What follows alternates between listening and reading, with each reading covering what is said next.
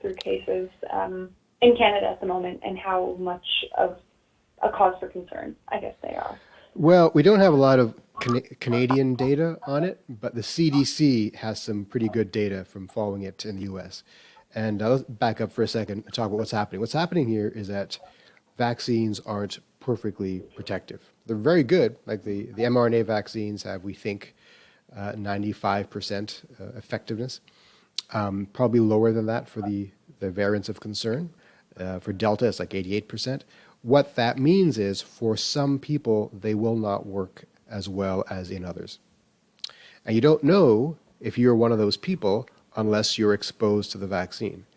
You're more likely to be exposed to the virus, rather. You're more likely to be exposed to the virus if you're in a high prevalence area or if you're engaged in high, risk activities, which is why the crisis isn't over until we get the transmission levels down, even if you are vaccinated. So much of this pandemic has been couched in talking about individual risk and individual protection. Like, what can I do to protect myself as I go forth into the world? I've got 2 doses. How come my life can't restart? It's because even if you've got 2 doses, you're not perfectly safe if the disease is all around you. So to answer your question more directly, though, is how common is this? Well, there's an April report by the CDC that suggests that about 0.01% of fully vaccinated people will experience a breakthrough infection. 0.01%, which is quite small. It's probably an underestimate because they're not reported as often, they're not tracked as well. And they stopped tracking breakthrough infections for mild cases and only look at the serious ones. But the data for the serious ones shows that about 27% were asymptomatic. I mean that's not serious. The data before they cut off the surveillance mechanism to just look at the serious ones, they found that 27% were asymptomatic, 10% were hospitalized, and 2% died. And among those who died, they tend to be very old, like over 80. And interestingly, women were experiencing more breakthrough infections than men. I'm not sure why that is. But only a fraction of the breakthrough infections were genomically sequenced, meaning they looked at what virus caused it. But it looks like amongst those that were sequenced, half were caused by a variant of concern. And this was back in April when they did all this. Since then, I'm sure it's much higher. So what does this mean? It means that vaccines may not work well in some people. Which people? People with compromised immune systems, maybe the elderly. It's hard to predict. There's a lot of individual variations going on. Overall, there aren't many breakthrough infections.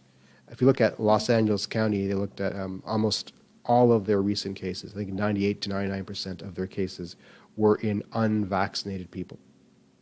Mm-hmm. Even here in Ontario, the hotspot areas, Waterloo released some of their data recently, and I think it was up to 80% of their cases were in people who were unvaccinated, and close to 20% were in people who just had 1 dose, and those who had 2 doses were almost perfectly protected. So what does this all mean? It means the vaccines are really good. And if you've got 2 doses, the chances of anything bad happening to you are vanishingly small. And if you do get a breakthrough infection, the probability is you'll get an asymptomatic or very mild case. So at the very least, it's going to prevent you from getting in the hospital for the most part. But it's not perfect. Okay? So we should not be overly concerned about this. It's not a function of the vaccine. It's a function of everything else around the vaccine. It's a function of there still being transmission in the community. And so we can't let our guard down until that transmission comes down to a certain level, until the incidence rate comes down low, until the test positivity rate comes down low. I liken vaccination to wearing high boots in rain season if you're walking through floodwaters. And if the boots are impenetrable, meaning high quality vaccine as we have, then you can walk with impunity through the water. But if the water levels are high enough, if the transmission levels are high enough, some of the water is going to lap over the lip of your boot, and your feet are going to get wet. That's what's happening. If transmission levels are high enough, then those people for whom the vaccine did not work, that like 0.01%, they will become infected. So Okay. that's the long and short of it. Okay. And I guess, what is the, purpose or importance around collecting that information? Like, I guess from a public health unit perspective, like, Yeah. is it important to collect that information? It is important. It's important for a number of reasons. Number one, it tells us how effective the vaccines are in real life. It turns out they're extremely effective. Number two, it tells us even if infection is getting through, the majority of cases are asymptomatic or mild, which is great. If we can reduce COVID from being a lethal disease to simply being a mild case of the flu, well, that's good enough. Number three, it lets us know at what point our transmission levels are low enough that vaccination is an almost perfect protection. And number four, it's important to drive some policy, like what kind of restrictions we need at the doors of long-term care centers and things like that. For example, if we know that certain demographics are more likely to have breakthrough infections, then those people need to be better protected while transmission is high. So this kind of surveillance can guide policy a little bit, but like the CDC has done, they only track the severe breakthrough infections now, not the mild ones. And the last thing, of course, is to look at, in the genomic surveillance, whether or not certain variants are getting through our defenses better than other variants, which is important to know if we're going to be thinking about deploying some new boosters with multivalent capacity to address new variants.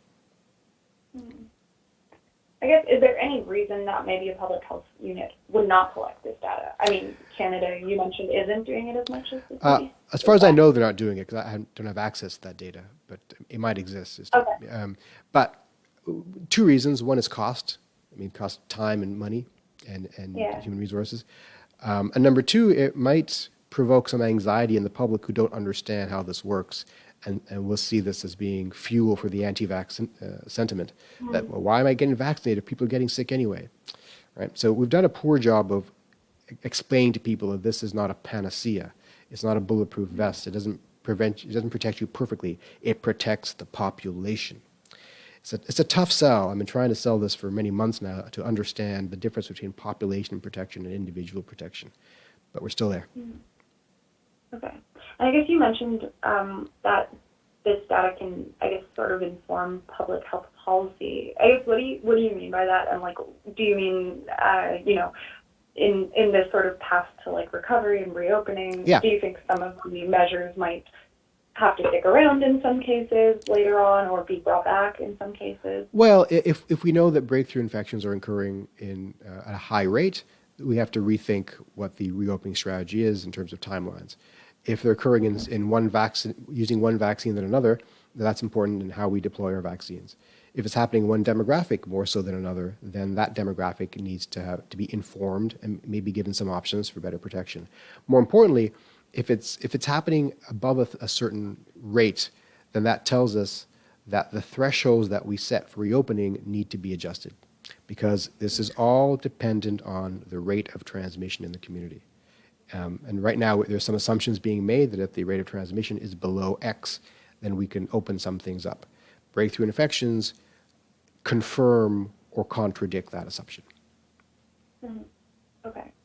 I guess, is there anything other than, what we've talked about that you think that's important for people to know about this topic as we head into sort of this back to normal stage and we might see some of these cases pop up? It's a very simple message that has to be, massaged and conveyed with sensitivity, and that is that vaccines work. They work really well, and masks and distancing work, and they work really well too. And they have to go hand in hand until transmission comes down, which is why you can't doff the masks. You can't get rid of all these mitigation measures as soon as you got your 2 shots. This is all about getting transmission down in the community. And when that happens, then all these things get tossed aside. And breakthrough infections are one of the indicators of is it time yet to get rid of the masks and the other mitigation tools. Okay. So that can actually, that data could inform, whether we're even ready to maybe dispense with them. Yeah, it's a small piece of the puzzle, but it's helpful Yeah. in my mind. Okay. Anything you wanted to add that I didn't touch on? No, it's important stuff. It's good. Okay, cool. Thank you so much. I appreciate it. My pleasure. Bye.